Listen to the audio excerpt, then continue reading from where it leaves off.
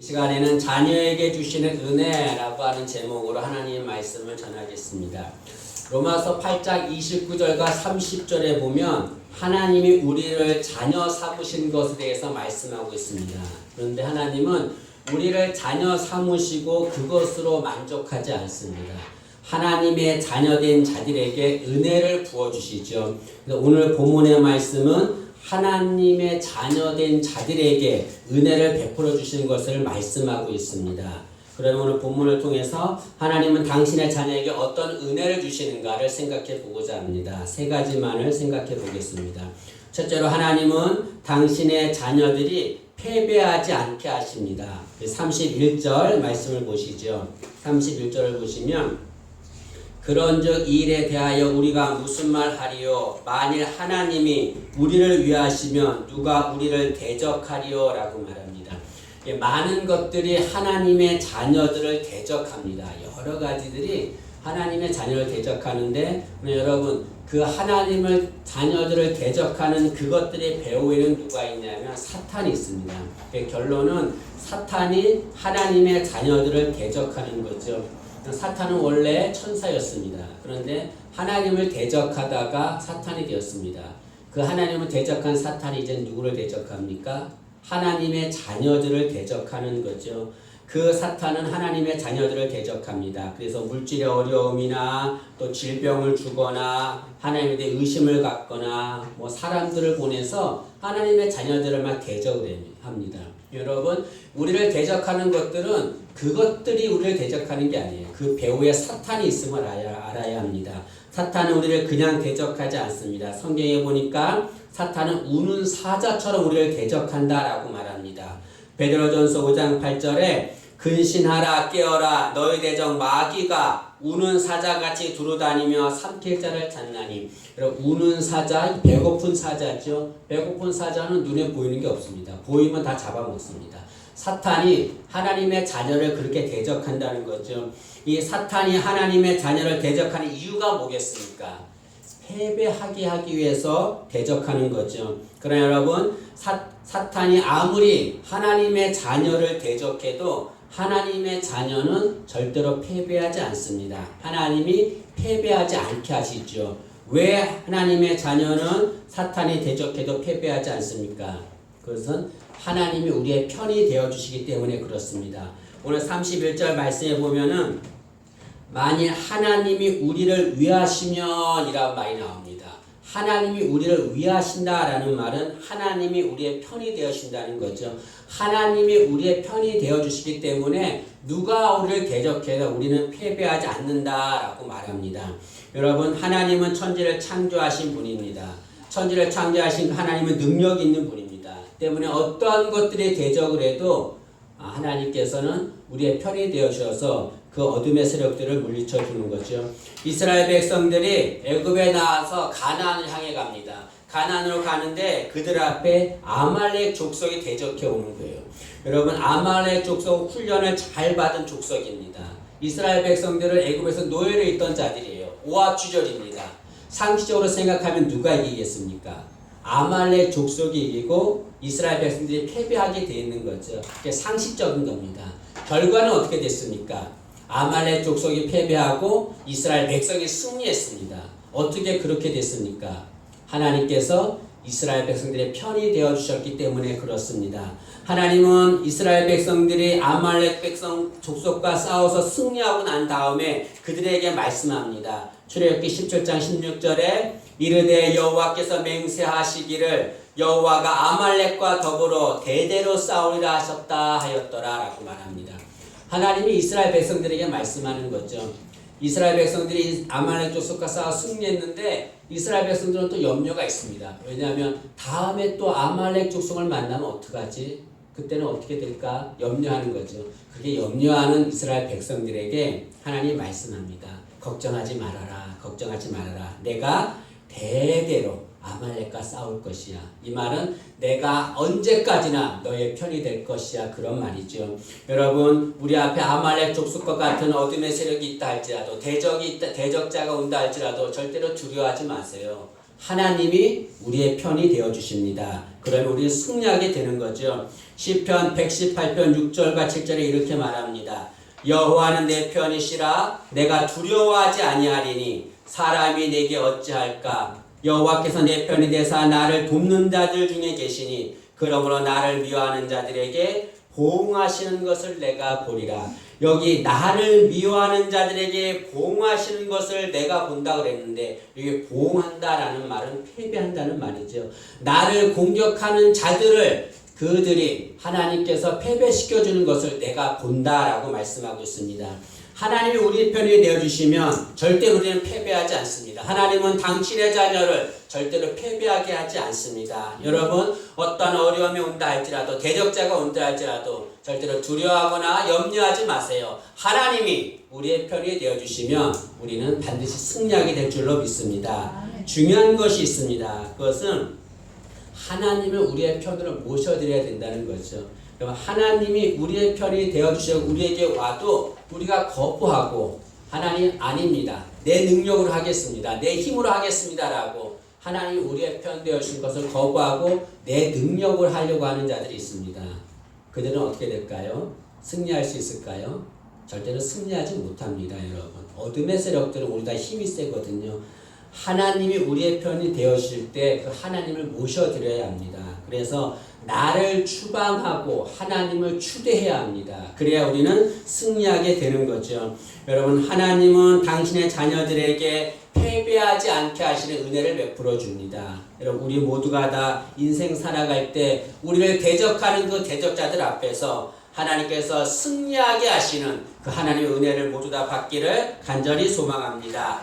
두 번째로 하나님은 당신의 자녀들이 정죄당하지 않게 은혜를 베풀어 주십니다. 34절 말씀을 보시죠.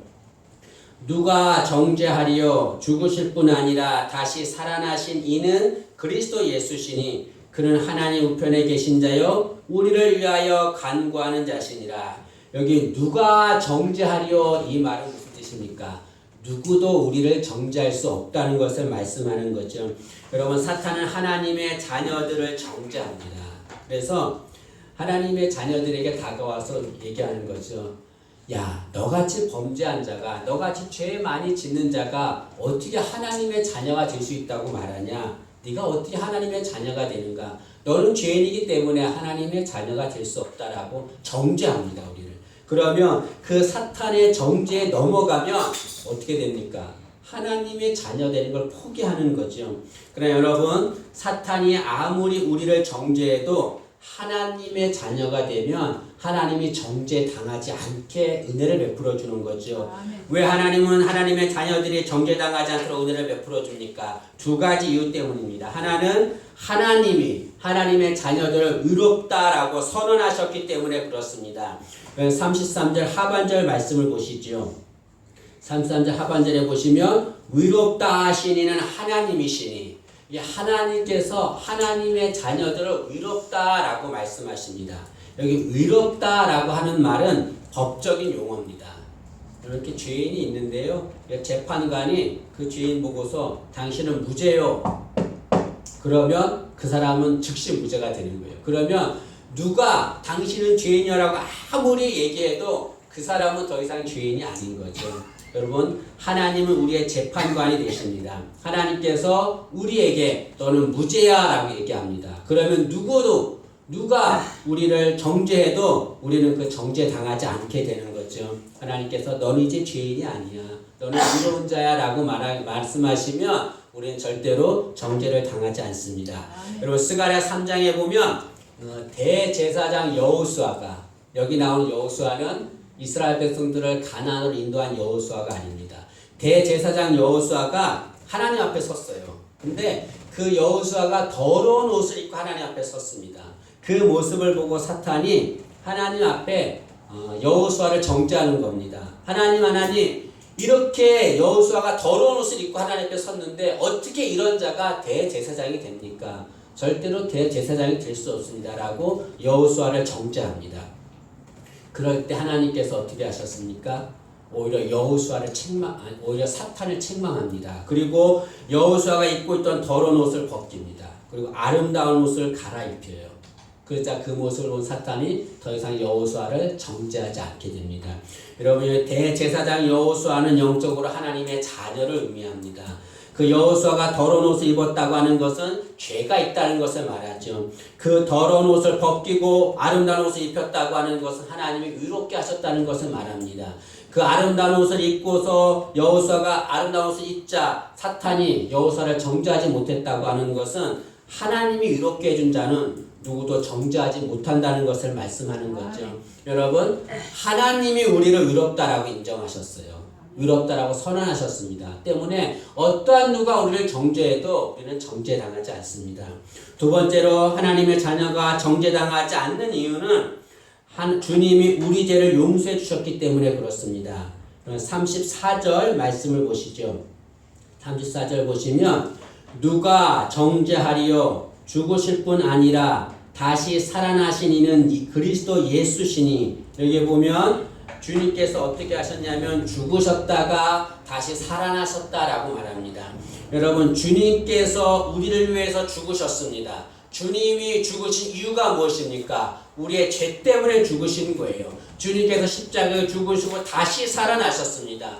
주님께서 부활하셨기 때문에 우리는 다시는 죄인이 아닌 거죠. 주님께서 우리의 죄를 용서해 주시기 위해서 십자가에 죽으시고 부활하셨기 때문에 우리는 다시는 죄로 인해 정죄받지 않습니다. 주님께서 십자가 위에서 돌아가시자니 7마디 말씀을 했어요. 가상칠언이라고 하는데 그 중에 주님께서 뭐라고 말씀하셨냐면 엘리 엘리 라마 사박다니라고 절규했습니다. 나의 하나님 어찌하여 나를 버리셨습니까? 하나님 앞에 주님이 절규하는 거예요. 하나님 왜 나를 버리셨습니까? 왜 나를 죽이셨습니까? 하나님이 주님을 죽이신 거죠. 왜 하나님께서 예수님을 죽이셨습니까? 하나밖에 없는 아들 예수를 왜 죽였죠? 그 아들 예수를 죽여야 우리를 당신의 아들로 삼을 수 있기 때문에 그렇습니다. 주님께서 죽으셔야 우리가 하나님의 자녀가 될 수 있기 때문에 하나님께서는 당신 하나밖에 없는 아들을 죽이신 거죠. 주님이 죽으심으로 우리는 하나님의 자녀가 되었습니다. 우리의 모든 죄는 다 사함받고 우리는 정죄받지 않게 되는 거죠. 또 주님께서는 십자가에서 죽으실 때에 다 이루었다라고 말씀하셨습니다. 이게 다 이루었다라고 하는 말은 우리의 죄값을 다 치르셨다는 것을 말씀합니다. 주님께서 우리의 죄값을 다 치르셨기 때문에 우리는 다시는 죄 때문에 정죄받지 않아도 되는 거죠, 여러분. 하루는 예수님께서 계시는데 바리새인과 서기관들이 현장에서 가늠한 여인을 붙잡아서 예수님께 데리고 왔어요. 데리고 와서 예수님, 율법에는 이 가늠한 여인을 돌로 쳐 죽이라고 하는데 이 여인을 어떻게 할까요? 라고 예수님께 묻습니다. 그들이 예수님께 묻는 것은 예수님을 시험하기 위해서 그런 거죠. 만약에 예수님께서 그 여인을 율법대로 돌로 치라 그러면 그 사람 바리새인들은 예수님은 사랑이 없는 분이구나 라고 얘기할 것입니다. 반대로 예수님께서 그 여인을 용서해 주라 라고 말하면 예수님은 율법을 어긴 자구나 라고 말할 것입니다. 이렇게 저렇게 할 수 없는 그런 상황에서 주님께서 뭐라고 말합니까?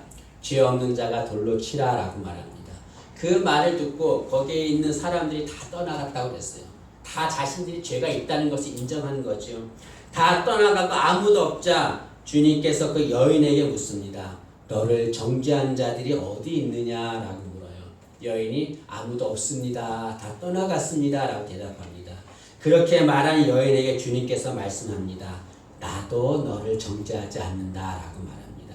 여러분, 세상에 많은 사람들은 현장에서 가늠한 여인을 정죄하듯이 죄 있는 자들을 정죄합니다. 그러나 주님은 정죄하지 않습니다. 왜 정죄하지 않으십니까?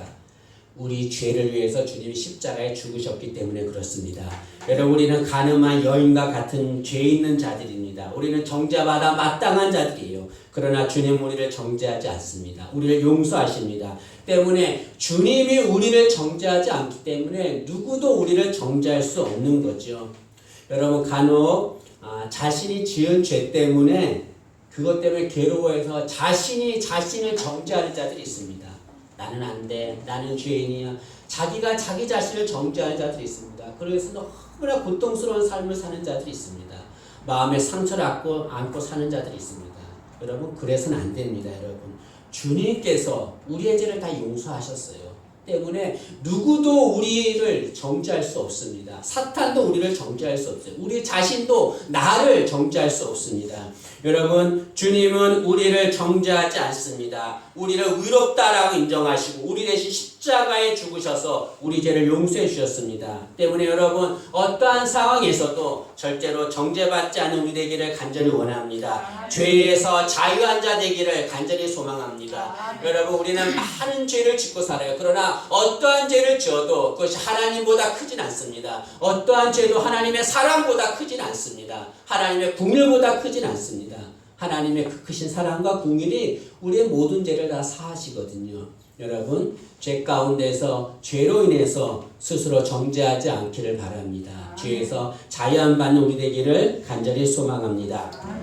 그 다음에 하나님의 자녀들은 하나님의 자녀들을 그리스도의 사랑에서 끊어지지 않게 은혜를 베풀어 주십니다. 오늘 이 말씀을 좀 집중적으로 드리고자 합니다. 여러분 35절 말씀을 보시죠. 35절에 보시면 누가 우리를 그리스도의 사랑에서 끊으리요 라고 말합니다. 이 말이 무슨 말입니까?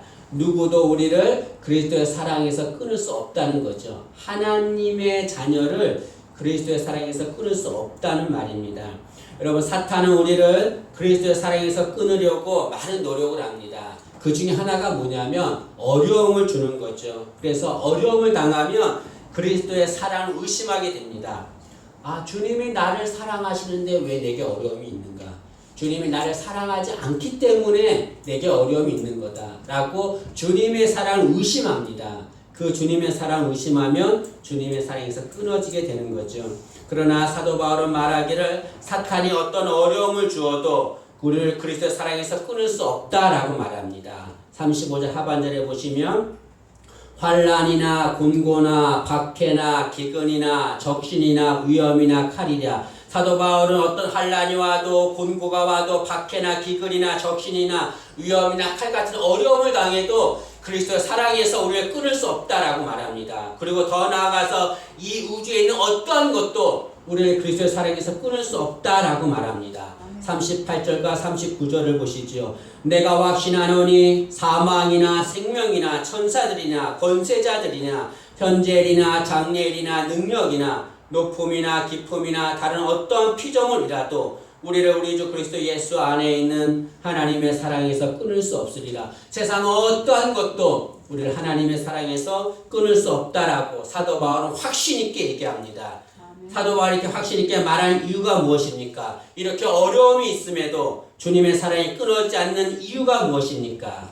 그것은 주님의 사랑이 우리를 붙들고 있기 때문에 그렇습니다. 여기 사도 바울이 말하는 그리스도의 사랑은 어떤 사랑을 말합니까? 우리가 주님을 사랑하는 그 사랑이 아니에요. 주님께서 우리를 사랑하시는 사랑을 말합니다. 여러분, 우리가 아무리 주님을 사랑한다 할지라도 인간은 연약하기 때문에 어려운 상황이 오면 주님에 대한 사랑이 끊어질 수밖에 없어요. 그러나 주님이 우리를 향한 그 사랑은 너무나 크고 위대하기 때문에 어떤 어려움이 와도 절대로 그 사랑은 끊어지지 않습니다. 주님이 우리를 붙드시고 있는 한 주님에 대한 사랑은 절대로 끊어지지 않는 거죠. 여러분, 주님의 사랑, 그건 위대하고 놀라운 것입니다. 우리가 이 놀라운 주님의 사랑에 대해서 알아야 될 것이 있습니다. 두 가지인데요. 첫째는 이 그리스도의 사랑은 영원전부터 시작된 사랑이라는 거죠.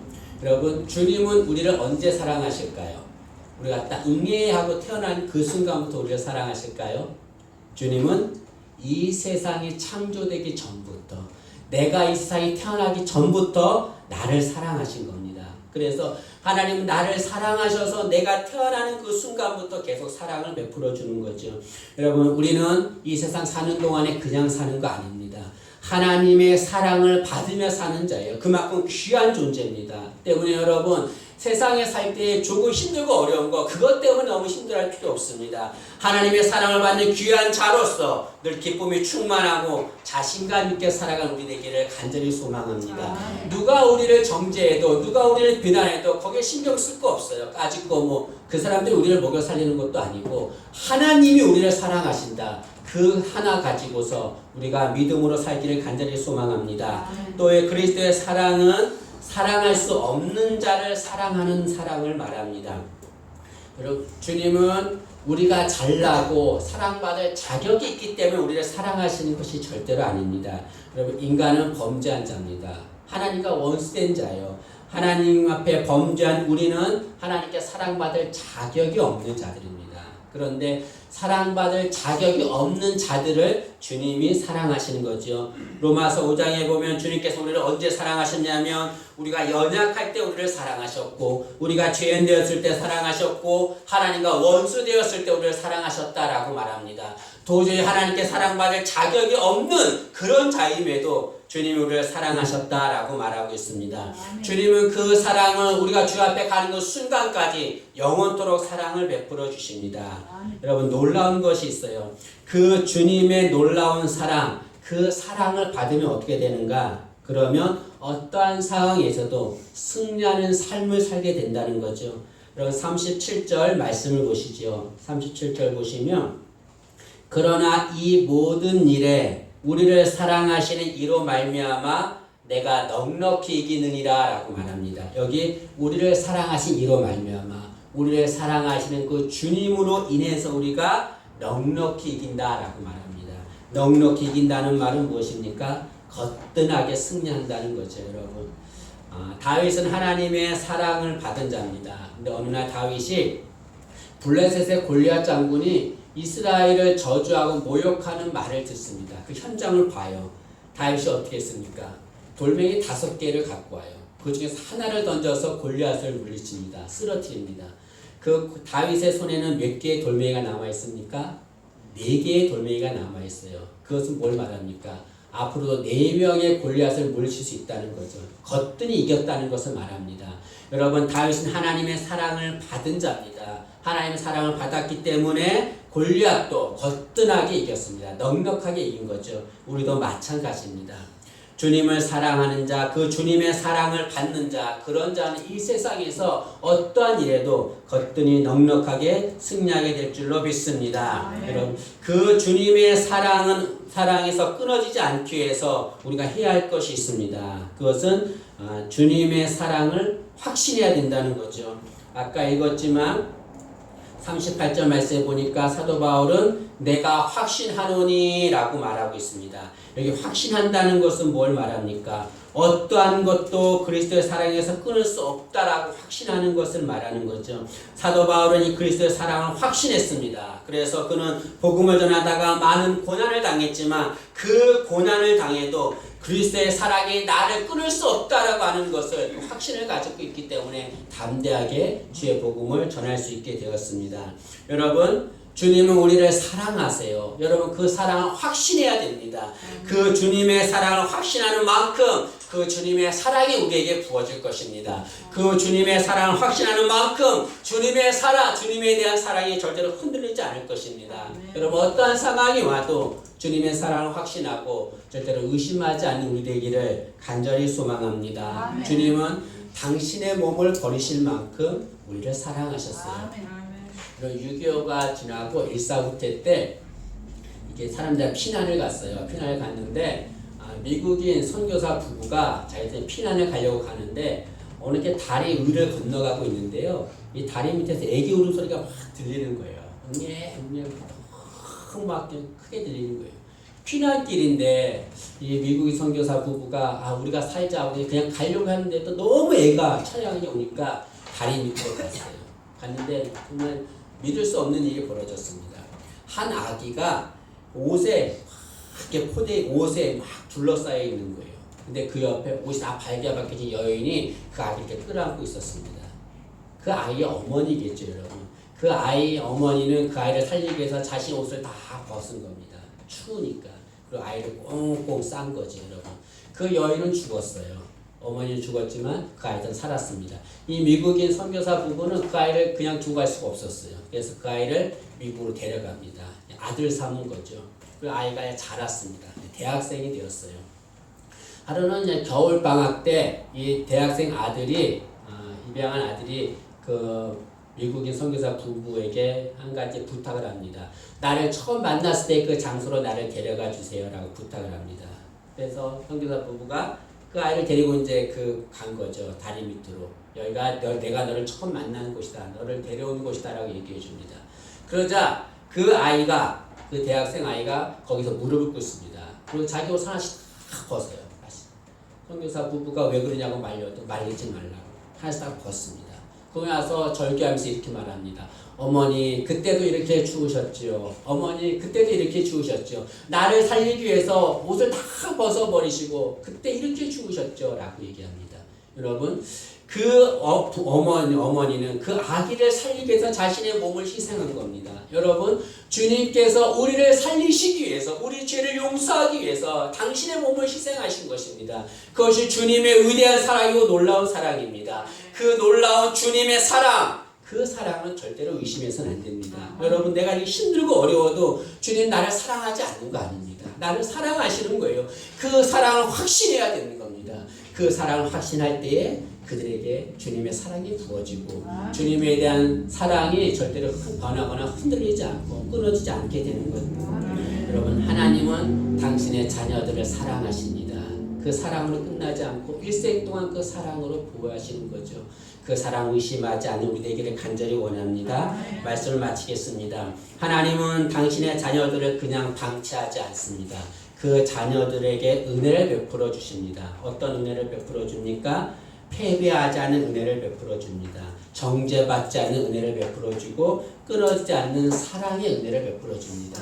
이 놀라운 은혜 모두 받아 누린 우리 되기를 간절히 소망합니다. 기도하겠습니다.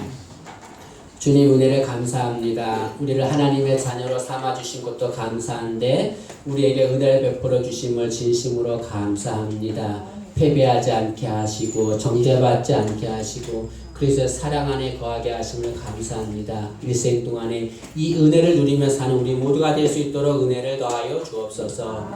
예수님의 이름으로 기도합니다. 아멘.